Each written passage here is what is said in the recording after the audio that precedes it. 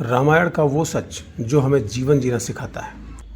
क्या आप जानते हैं कि दुनिया का सबसे बड़ा बदलाव एक गलत बुद्धि से शुरू हुआ था। रामायण का वो प्रसंग जहां देवताओं ने अपने स्वार्थ के लिए एक दासी को माध्यम बनाया। रामायण की कथा में हम अक्सर पात्रों को सही या गलत के चश्मे से देखते हैं, लेकिन अयोध्या कांड का एक ऐसा प्रसंग है जो हमें जीवन के गहरे मनोविज्ञान और कर्मों के खेल को समझने पर मजबूर कर देता है।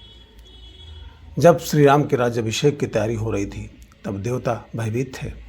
उन्हें लगा कि अगर राम राजा बन जाएंगे तो राक्षसों का संहार कैसे होगा।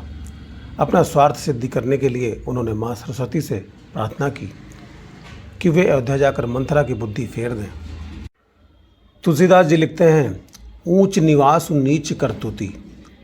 माँ सरस्वती ने देखा कि देवताओं का स्थान तो स्वर्ग में है, लेकिन उनकी सोच कितनी छोटी है। वे अपने सुख के लिए पूरी अयोध्या को शोक के सागर में डुबोने की योजना बना रहे थे। सरस्वती जी ने मंथरा को ही क्यों चुना? क्योंकि मंथरा की मति पहले से ही संकुचित थी। सीख, नकारात्मक विचार और बाहरी प्रभाव उसी मन पर कब्जा करते हैं जो ईर्ष्या और अज्ञान से भरा हो।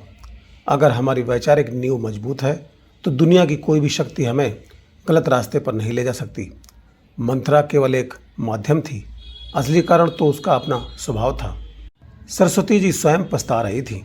उन्हें लग रहा था वे अयोध्या के सुखों के लिए पाले वाली रात हिमराती बन रही है। लेकिन फिर उन्होंने अगिल काजु यानी भविष्य के बड़े कार्य के बारे में सोचा।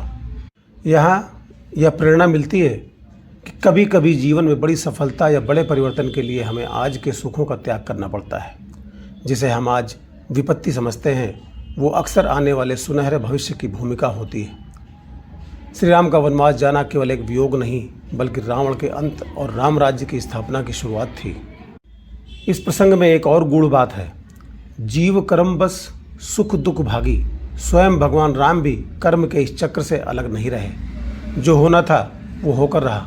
यह हमें सिखाता है कि परिस्थितियां हमारे हाथ में नहीं होती, लेकिन उन परिस्थितियों में हम कैसे प्रतिक्रिया यानी रिएक्ट करते हैं वही हमारा भविष्य तय करता है। तो अगली बार जब आपके जीवन में कोई मंथरा आए या आपको लगे कि आपके साथ अन्याय हो रहा है तो रुकिए और सोचिए, क्या यह आपके भविष्य की किसी बड़ी जीत की तैयारी तो नहीं? क्या आपकी बुद्धि इतनी स्थिर है कि कोई उसे फेर न सके? याद रखिए, दोष व्यक्ति का नहीं, अक्सर उसकी मति और उस समय की नियति का होता है। जय श्री राम।